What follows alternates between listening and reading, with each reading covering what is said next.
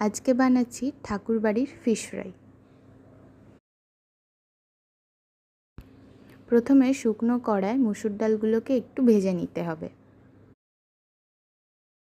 একটা ছোট্ট পেঁয়াজ কেটে নিন। এরপরে শুকনো ডালগুলোকে মিক্সার গ্রাইন্ডারে বেটে নিতে হবে। এরপরে কুচো করে রাখা পেঁয়াজটাকেও বেটে নিতে হবে।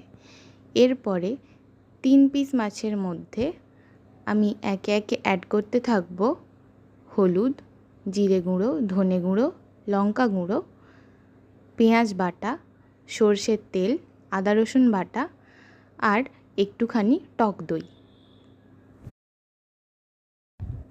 সমস্ত মশলাগুলোকে ভালো করে মাছের গায়ে মাখিয়ে দিতে হবে।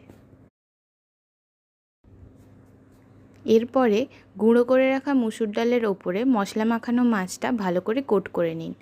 এখানে আমি ডবল কোট করছি, তাহলে মাছের টেস্টটা আরও ভালো হবে, মশলাগুলো তেলে গুলে যাবে না।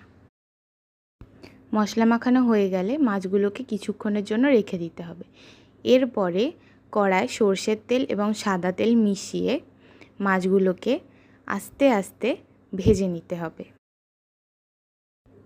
এক পিঠ ভালো করে ভাজা হলে উল্টে দিন।